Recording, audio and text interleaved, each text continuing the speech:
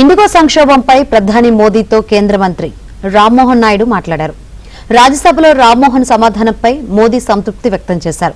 IndiGo వ్యవహారంలో ప్రయాణికులకు మేలు జరిగేలా సమయస్ఫూర్తిగా చర్యలు తీసుకున్నారని మోదీ కితాబిచ్చారు.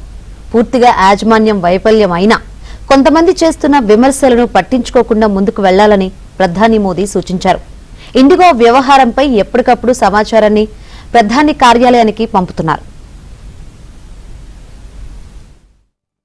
డిసెంబర్ 1 వరకు కూడా ఇండిగో కార్యకలాపాలు అన్ని సజావుగానే ఉన్నాయన్న సంబంధిత వర్గాలు డిసెంబర్ 3 నుంచి ఒకేసారి సమస్యలు రావడం ఏంటన్న దానిపై దర్యాప్తు చేస్తున్నారు. ఇది పూర్తిగా యాజమాన్య తప్పిదమేనన్న నిర్ధారణకు వచ్చినట్లు సమాచారం. సమస్య వచ్చినప్పుడు యాజమాన్యంలో ఉండే కీలకమైన వారంతా దేశంలో లేరని అధికార వర్గాలు గుర్తించారు. ఇండిగోపై ఎట్టి పరిస్థితుల్లో చర్యలు ఉంటాయని అధికార వర్గాలు చెబుతున్నాయి.